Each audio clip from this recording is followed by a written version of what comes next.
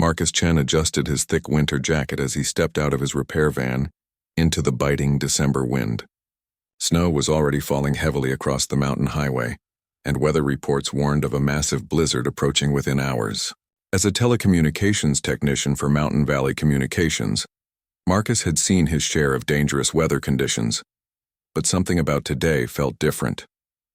The air carried that particular stillness that old-timers said came before the worst storms. At 42 years old, Marcus had been fixing communication towers and phone lines for nearly 15 years. Most people saw him as just another quiet technician who kept to himself, always polite but never sharing much about his personal life. His co-workers knew he was reliable, skilled with his hands, and never complained about taking the most difficult assignments in remote locations.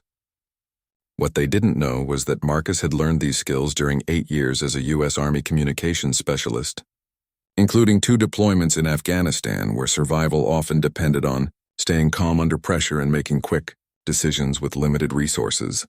Marcus had left the military after losing 3 close friends in an ambush during his second tour. The guilt and trauma had driven him to seek a quieter life away from conflict, but the skills remained sharp. His military training had taught him wilderness survival, emergency medical care, radio communications, and most importantly, how to think clearly when others panic. These abilities had been gathering dust in his civilian life, but today they would prove invaluable. The communication tower he was assigned to repair stood on a remote mountain ridge about 40 miles from the nearest town. The tower served several small communities in the valley below, and a recent ice storm had damaged some equipment. Marcus knew that if he didn't fix it before the blizzard hit, those communities would lose all phone and internet service for potentially weeks. People's lives could depend on maintaining that communication link, especially during severe weather when emergencies were most likely to occur. As Marcus loaded his tools and began the winding drive up the mountain road, he noticed the snow was falling faster than the weather service had predicted. The flakes were large and heavy, the kind that accumulated quickly and made driving treacherous. His van's radio crackled with updates from dispatch, warning all technicians to finish their work quickly and return to base before the storm intensified. Marcus acknowledged the message but knew he had at least 3 hours of work ahead of him. The mountain road was narrow and poorly maintained, with steep drops on one side and rocky cliffs on the other. Marcus drove carefully, his military training making him automatically scan the terrain and note potential hazards. About halfway to the tower, his headlights caught something unusual ahead. Through the swirling snow, he could make out the dark shape of a vehicle that had slid off the road and crashed into a cluster of pine trees. Marcus pulled over and grabbed his emergency flashlight from the glove compartment. As he approached the crashed car, he could see it was a small sedan that had obviously lost control on the icy road. The front end was crumpled against a large tree and spiderweb cracks covered the windshield. Steam rose from the damaged engine, and Marcus could smell antifreeze and gasoline in the cold air. Inside the car, Marcus discovered 3 people who would change the course of his evening completely. Behind the wheel was an elderly man in his 70s, conscious but dazed, with blood trickling from a cut on his forehead. In the passenger seat sat a woman who appeared to be in her 30s, clutching her left arm and breathing in short, painful gasps. In the back seat, a teenage girl was crying quietly, her face pale with shock but appearing physically unharmed. "Can everyone hear me?" Marcus called out, his voice calm and authoritative in the way his military training had taught him. "I'm here to help. My name is Marcus, and I'm going to get you all out of here safely." The elderly man, who introduced himself as Robert Williams, explained that they were a grandfather, daughter, and granddaughter returning from a family visit when their car hit a patch of ice and lost control. Robert's daughter Sarah had likely broken her arm in the crash, and his 16-year-old granddaughter Emma was in shock but physically uninjured. Marcus quickly assessed the situation using skills he hadn't consciously employed in years. The car was stable but had significant front-end damage. The engine was leaking fluids, and with the temperature dropping rapidly, the family would face hypothermia if they remained in the damaged vehicle. More critically, Sarah needed medical attention for her arm, and Robert showed signs of a possible concussion. The nearest hospital was over 50 miles away, and with the blizzard intensifying, emergency services would be unable to reach them for hours, possibly until the next day. Marcus realized that these three strangers' survival now depended entirely on decisions he would make in the next few minutes. Looking at the crashed car and the darkening sky filled with heavy snow, Marcus felt something awaken inside him that had been dormant since his military service ended. The same focused clarity that had kept him alive in Afghanistan began to take hold. He had the skills and knowledge to save these people, but it would require using every piece of training he had tried so hard to leave behind. Marcus returned to his van and radioed his dispatcher to report the accident and request emergency services, though he knew help wouldn't arrive anytime soon. Then he gathered his emergency supplies, medical kit, and survival gear that he always carried, but had never expected to use. As he walked back toward the crashed car, Marcus made a decision that would test every skill he had learned in both military and civilian life. The blizzard was arriving faster than anyone had predicted, and the temperature was dropping rapidly. Marcus knew that the next several hours would determine whether 3 innocent people lived or died, and their survival rested entirely in the hands of a quiet technician whose hidden past was about to become their salvation. Marcus moved with purpose as he approached the damaged vehicle, his military instincts taking control of the situation. The wind was picking up strength and snow was beginning to accumulate on the road at an alarming rate. He knew that within an hour, this mountain highway would become completely impassable, trapping them all in one of the worst blizzards the region had seen in decades. "Robert, I need you to stay very still," Marcus instructed as he carefully opened the driver's door. "You might have a concussion, and any sudden movement could make it worse." His voice carried the calm authority he had used countless times when directing soldiers under fire. Robert nodded slowly, his eyes showing confusion but trust in this stranger who had appeared like an answer to prayer. Marcus turned his attention to Sarah, whose face was twisted in pain as she cradled her injured arm. Drawing on his combat medical training, he gently examined the injury without moving her from the car. The arm was clearly broken, probably in 2 places, and she was showing early signs of shock. Her breathing was shallow, her skin was becoming pale and clammy, and Marcus knew she needed immediate medical attention that was hours away. "Sarah, I know this hurts, but I'm going to help you," Marcus said, his tone steady and reassuring. "I have medical training, and I'm going to stabilize your arm so we can move you safely." From his emergency kit, Marcus retrieved a collapsible splint and medical tape that he always carried, but had never used outside of military exercises. Working quickly, but carefully, Marcus immobilized Sarah's arm using techniques he had learned treating wounded soldiers in field conditions. He created a sling from his own jacket lining and administered pain medication from his emergency supplies. Throughout the process, he spoke to her in the same calm, confident voice that had once comforted injured soldiers far from home.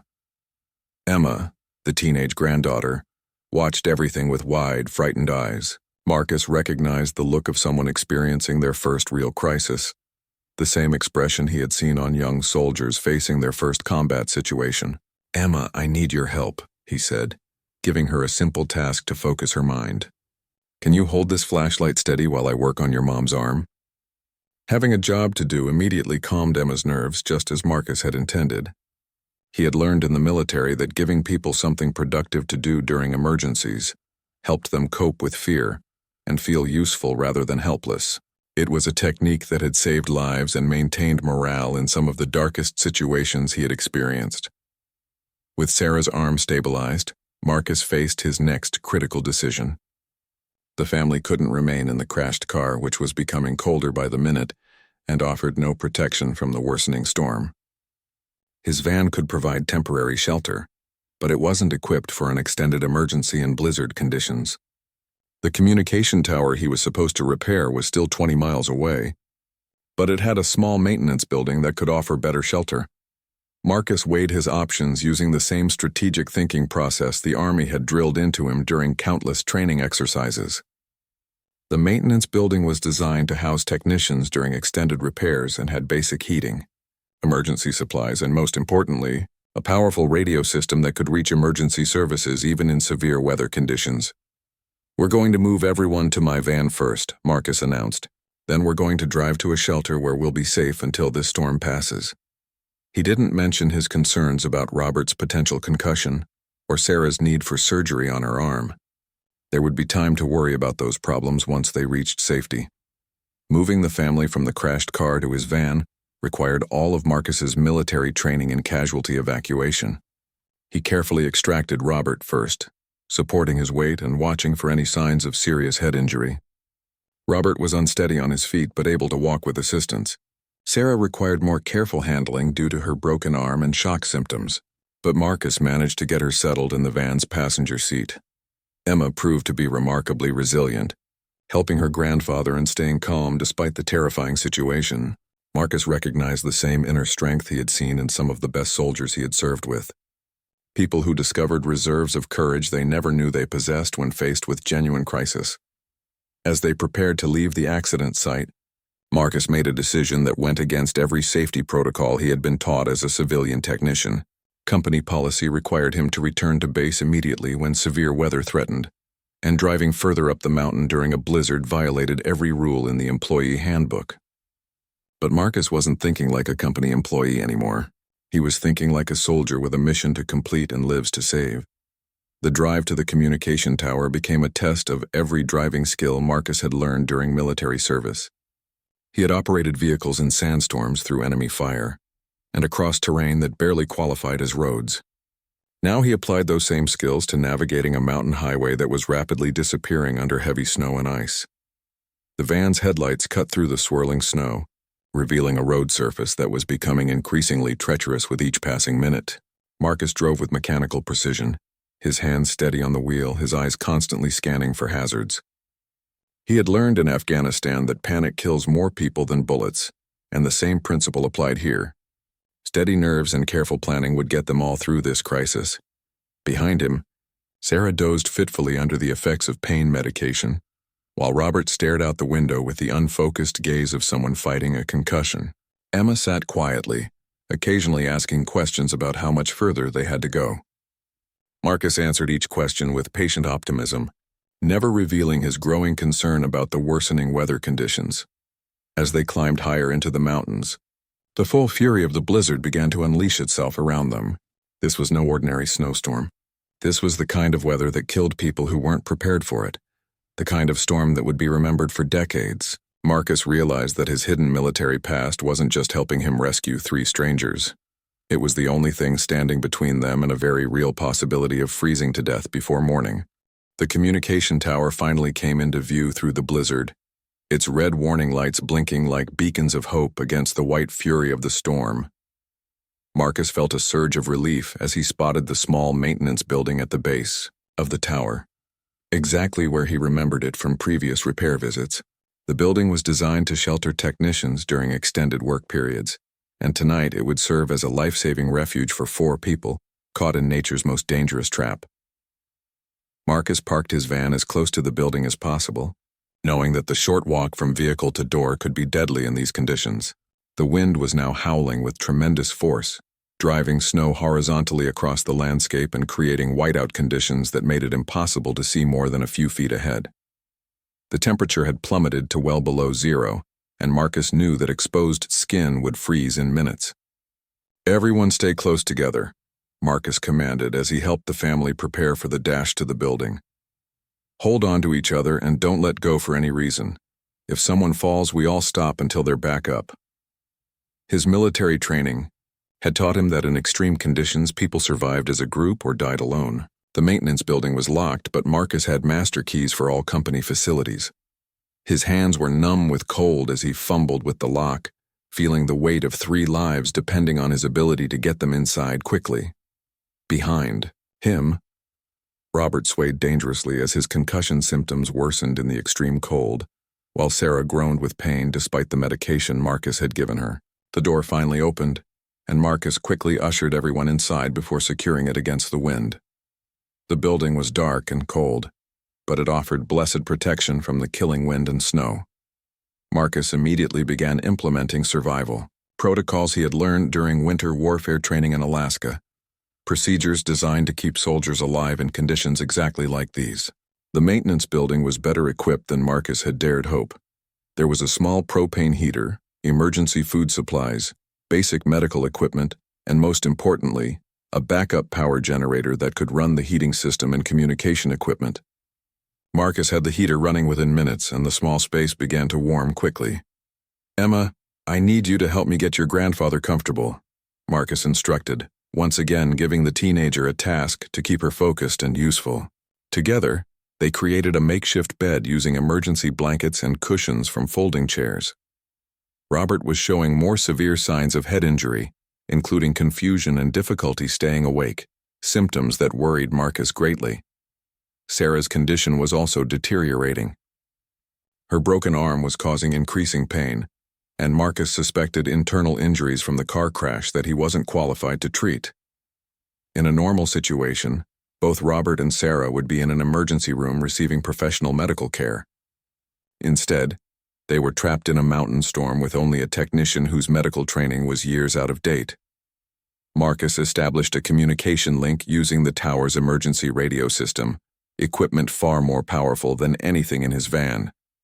He managed to reach the county emergency services dispatcher, a conversation that revealed just how dire their situation had become. The blizzard was exceeding all predictions, with wind speeds approaching hurricane force and snow accumulation rates that hadn't been seen in decades. "All rescue operations are suspended until the storm passes," the dispatcher informed Marcus over the radio. "We've got emergency crews trapped all over the county, and we can't get helicopters or ground vehicles to your location. You're going to have to hold out until morning at the earliest, possibly longer if this storm doesn't break."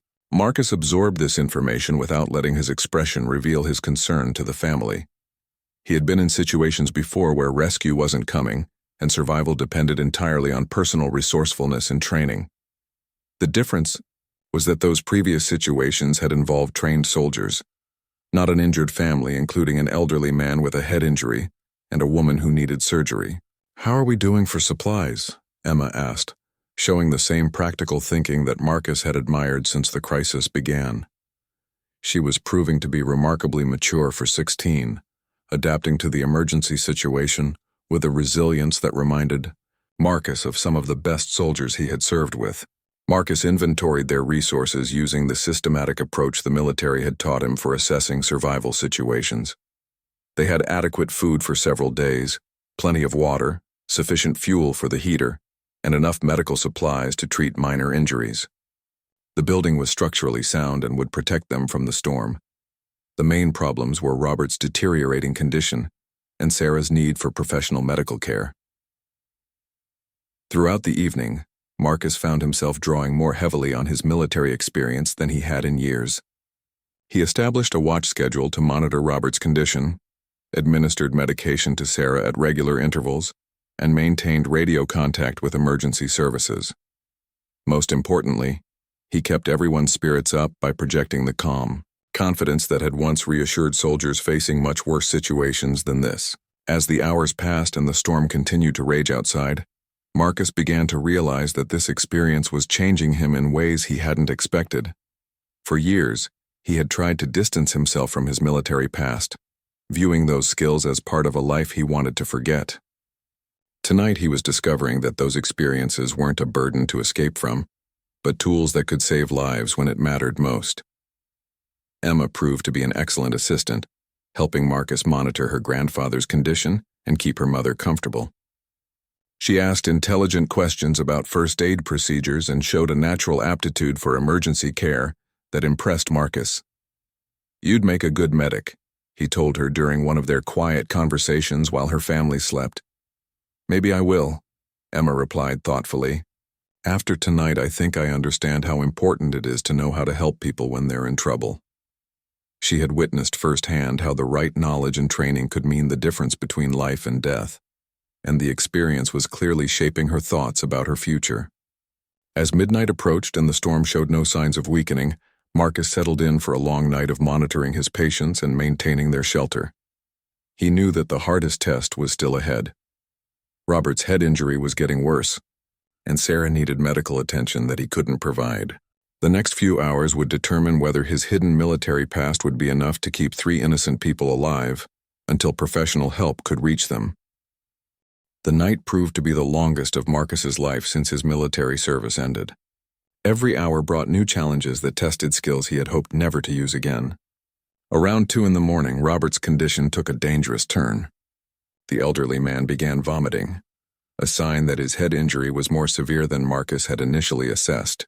In medical terms, this suggested increased pressure inside Robert's skull, a potentially fatal condition that required immediate surgical intervention. Marcus found himself in the same position he had faced too many times in Afghanistan, trying to keep someone alive with limited medical supplies and no hope of professional help arriving soon. He elevated Robert's head, monitored his vital signs, and administered medications from the building's first aid supplies, but he knew these measures were only buying time. "Is Grandpa going to be okay?" Emma asked quietly, her young voice carrying a weight of worry that no teenager should have to bear. Marcus looked at this brave girl who had been so strong throughout the crisis and made a decision that went against everything the Army had taught him about giving false hope to family members. "I'm going to do everything I can to make sure he is." Marcus replied honestly, "Your grandfather is very sick, but he's also very tough. I've seen people recover from worse injuries than this." It wasn't exactly a lie, but it wasn't the complete truth either. Robert needed neurosurgery within hours, not the basic first aid that Marcus could provide in a mountain cabin. Sarah's condition remained stable but concerning.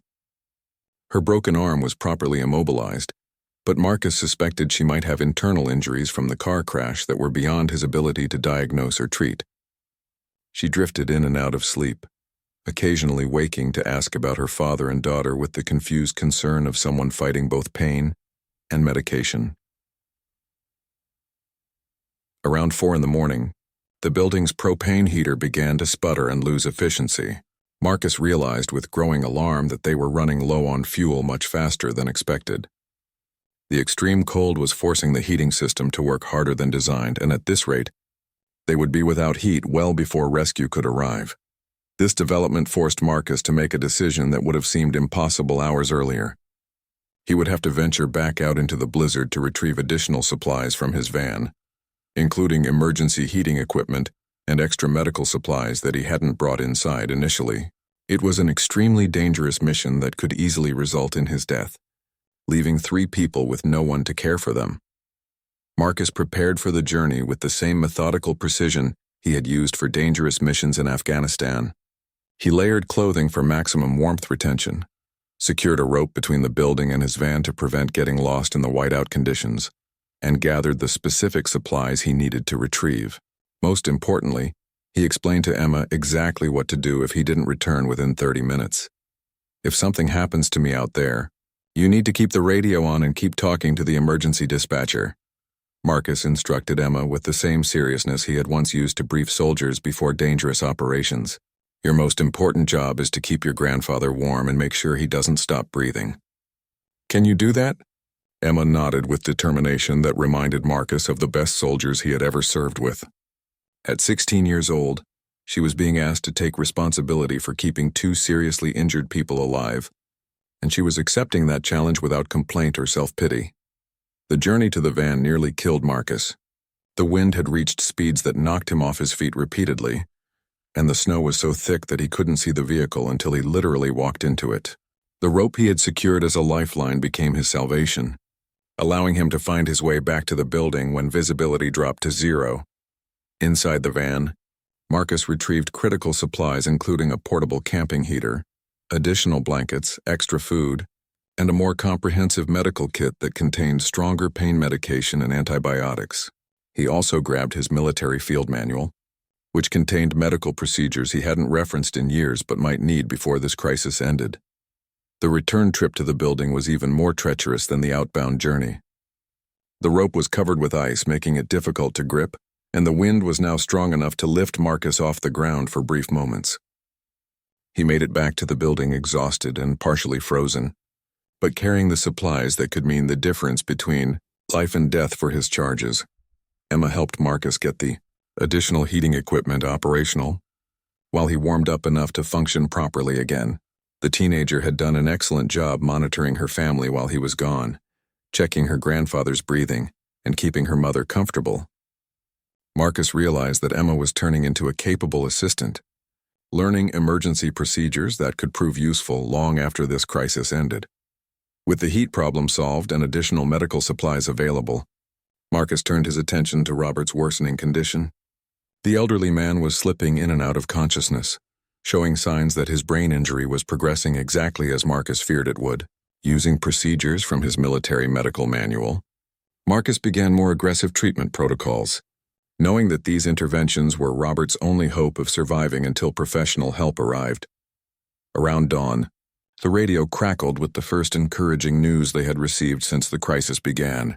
Emergency services reported that the storm was finally beginning to weaken, though it would be several more hours before rescue vehicles could navigate the mountain roads safely. More importantly, a medical helicopter with specialized equipment was standing by to evacuate Robert and Sarah as soon as weather conditions permitted flight. Operations. Marcus felt a mixture of relief and renewed anxiety as he realized that the end of their ordeal was finally approaching. They had survived the worst of the storm, but Robert's condition remained critical, and the next few hours would determine whether Marcus's military training had been enough to keep everyone alive until professional medical help could reach them. As morning light began to filter through the small windows of the maintenance building, Marcus looked at the three people whose lives had been placed in his hands by chance and circumstance. Emma was still helping monitor her family with the dedication of a trained nurse.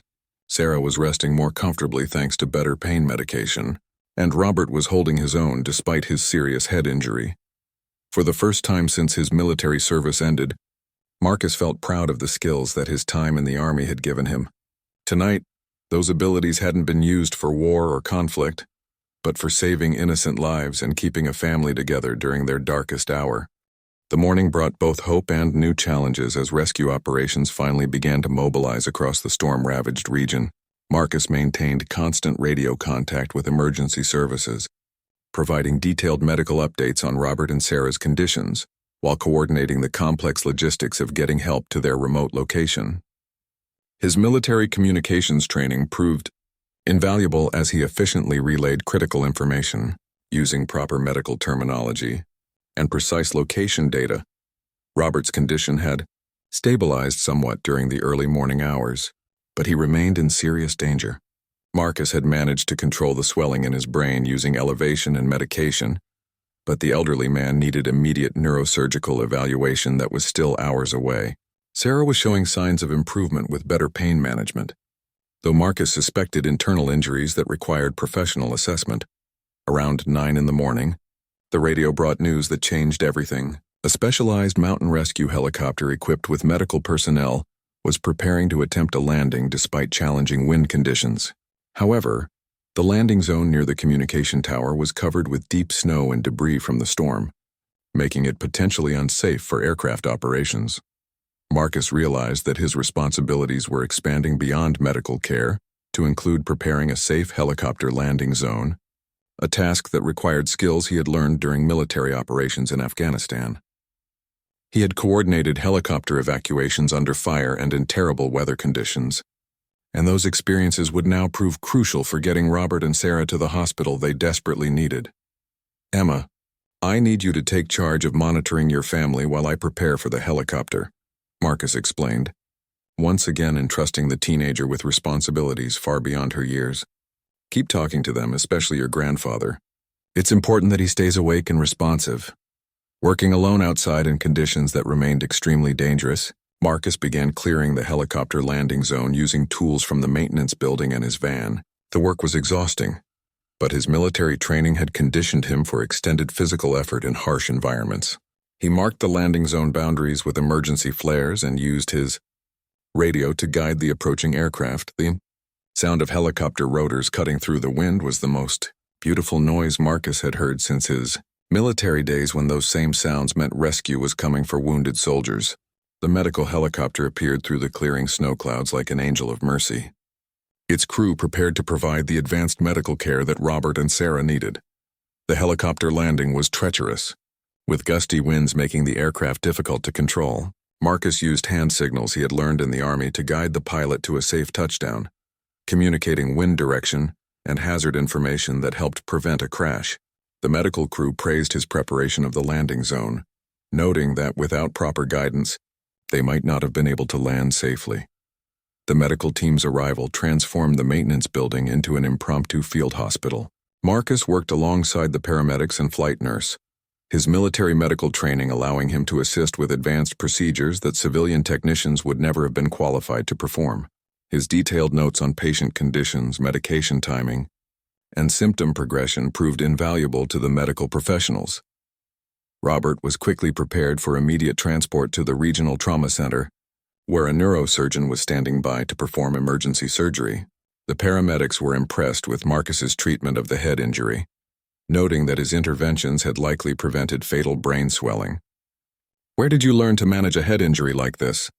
the flight nurse asked as they prepared Robert for transport. "Army medic training years ago," Marcus replied modestly, not mentioning the combat situations where he had used these skills to save soldiers' lives under much worse conditions than tonight's storm. The medical team nodded with understanding and respect, recognizing the quality of care that Robert had received from someone they had initially assumed was just a civilian technician. Sarah's evacuation required more complex planning due to her suspected internal injuries and broken arm.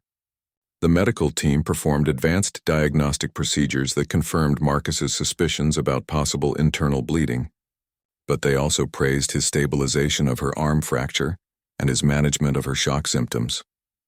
Emma proved to be remarkably brave as her family was prepared for medical evacuation. She had grown tremendously during the crisis, transforming from a frightened teenager into a young woman capable of handling serious responsibility under pressure. "Thank you for saving my family," she told Marcus as the medical team prepared to load her mother onto the helicopter.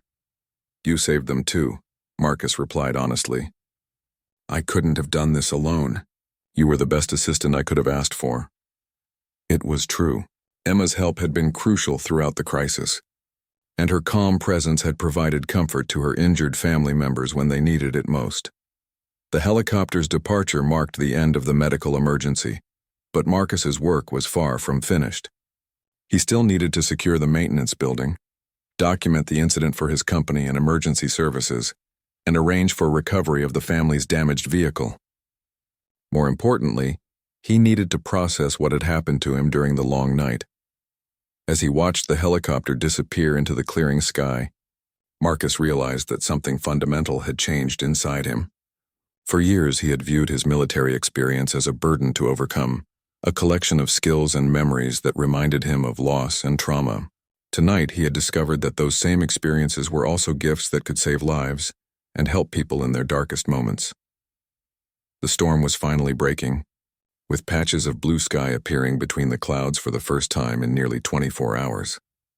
Mountain Valley Communications had already radioed to confirm that Marcus was safe and to arrange for additional technicians to complete the tower repairs that had brought him to the mountain in the first place. But Marcus knew that completing those repairs was no longer the most important thing he would accomplish on this mountain. Tonight he had used every skill learned during 8 years of military service to save 3 innocent people, and in the process he had saved something important about himself as well. As emergency services began the process of reopening the mountain highway and recovering vehicles abandoned during the storm, Marcus prepared for his own journey back to civilization. He was returning as a different person than the one who had driven up the mountain the previous evening, someone who had rediscovered the value of skills he had tried so hard to leave behind. 3 weeks after the blizzard, Marcus received the phone call that would change his life forever.